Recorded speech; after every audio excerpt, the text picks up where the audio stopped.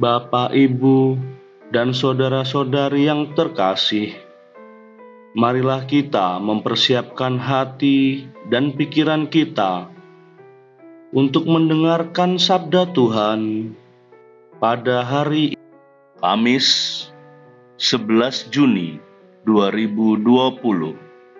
Bacaan pertama, bacaan dari Kisah Para Rasul bab 11 ayat 21b sampai 26.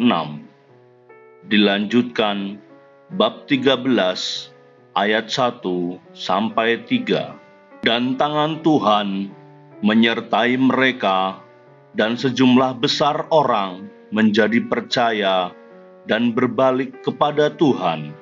Maka sampailah kabar tentang mereka itu kepada jemaat di Yerusalem.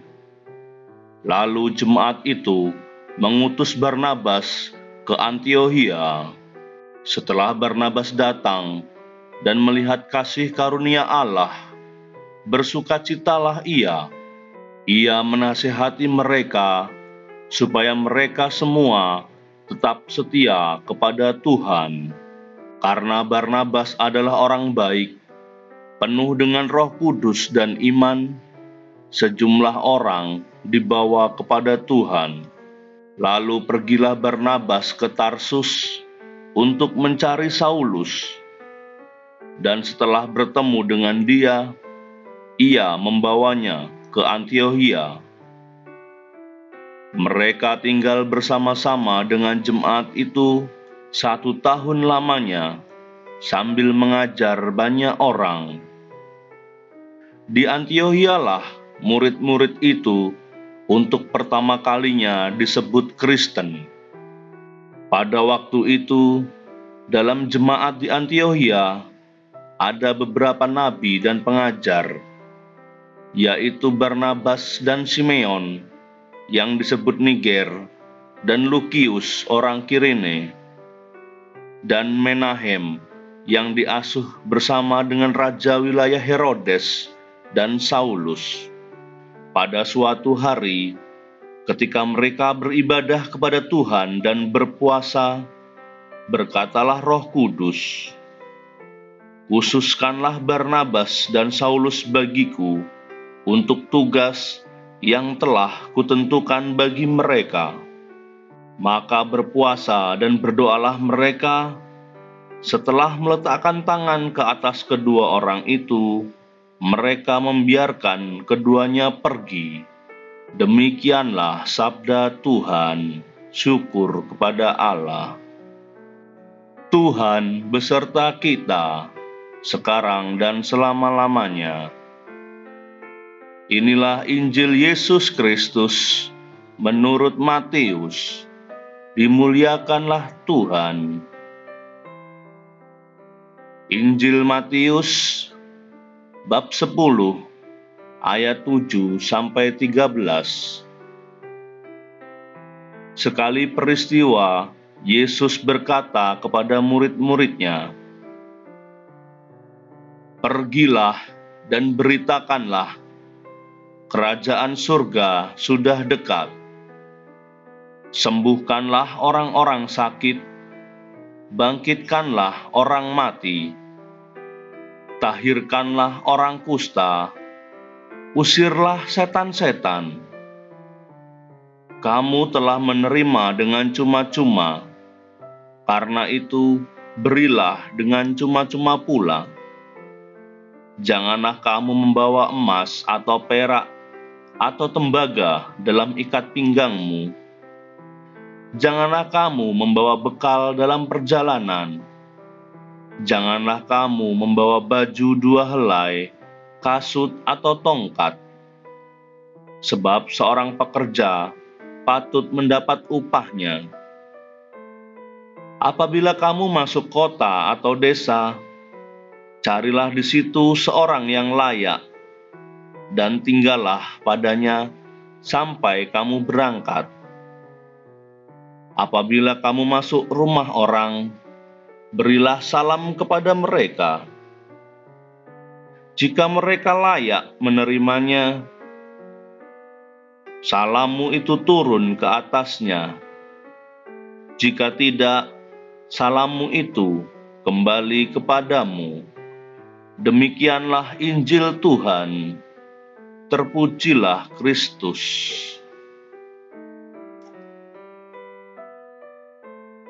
Bapak, Ibu, dan saudara-saudari yang dikasihi Tuhan, ada seorang ayah yang berkata kepada anaknya, "Nak, jangan sakit ya." Lalu anak tersebut pun menjawab, "Kenapa ayah bilang begitu?" Si ayah kemudian menjawab, "Kita ini miskin, Nak. Kalau kamu sakit, ayah nggak punya uang untuk mengobati kamu." Kemudian si anak menganggukkan kepalanya dengan wajah yang sangat sedih. Orang miskin tak boleh sakit. Itulah ungkapan yang acap kali kita dengar di masyarakat. Mengapa? Karena mereka tidak memiliki uang yang cukup untuk berobat.